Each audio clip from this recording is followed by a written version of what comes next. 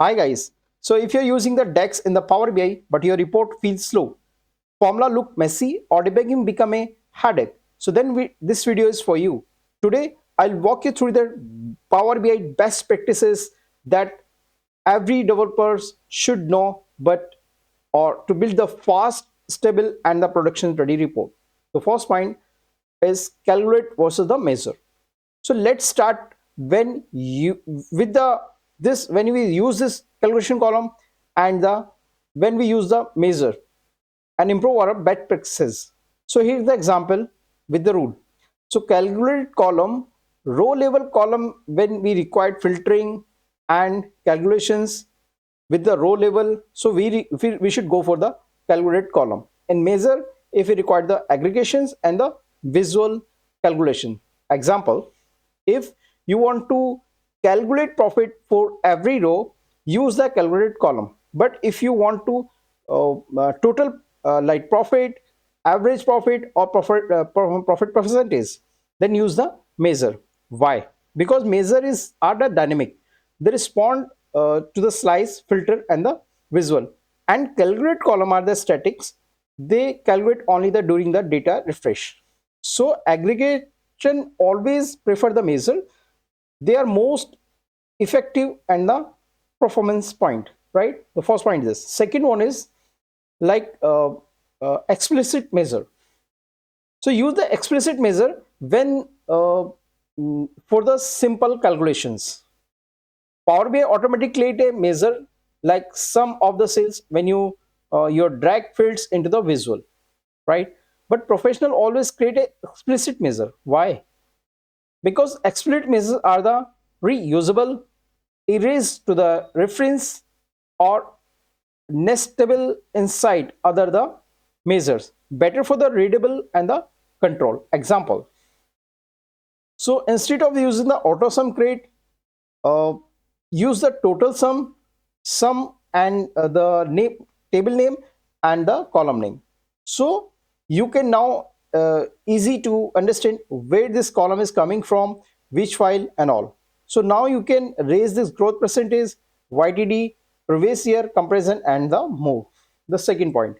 The third point is use fully qualified column reference. What does it mean? It means use fully qualified column reference in the measure. That's mean that you're always include a table name with the column, as I was telling earlier. If you're saying this only the sum amount, what does it mean? The correct is sum, table name and the amount. So its benefit is improve readability, means you would not confused with the multi-table models and make debugging easily. So in this enterprise level model, this is habit save a lots of time, right? Let's come on the 4 point. Moving calculation upstream. What does it mean? So it's mean the moving calculation column upstream whenever is possible. Meaning inside of the creating calculation column in the DAX, creating them in the source or the Power Query. Why? Because readable model size, right? Improving refresh performance, right? Saving memory and make the data model clear, right? So example of the upstream calculations, it is date formatting, text splitting and category grouping and data transformation. So use this Power BI for the transformation, keep the DAX for the analysis. So that is the third point. Come on the other point, that is the okay, I'll just give you some more point like maximize the expensive iterator functions, right? The last one. So minimize use of the expensive iterator functions like sumx, averagex, filter or add column, because these functions calculated row by row, right? So which can be slow and the large data set. However possible, use the simple generated like sum, count, minimum or maximum until it's not much more required, especially, right? So if you are irritated when the row context is absolutely required. Remember the rule: if your simple functions works, don't use this as a iterators. So I have already mentioned this snapshot in our desktop and Power BI. So I hope you have cleared all this thing. Sorry. So these 5 points, if you remember in your Power BI playlist, you will be your data will be very fast.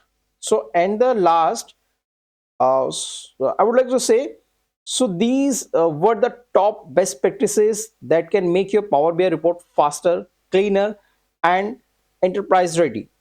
So start applying those from today, and you are the see immediate performance and the modeling improvement. So let me know the comments which DEX mistake you did earlier, and uh, use the most of them.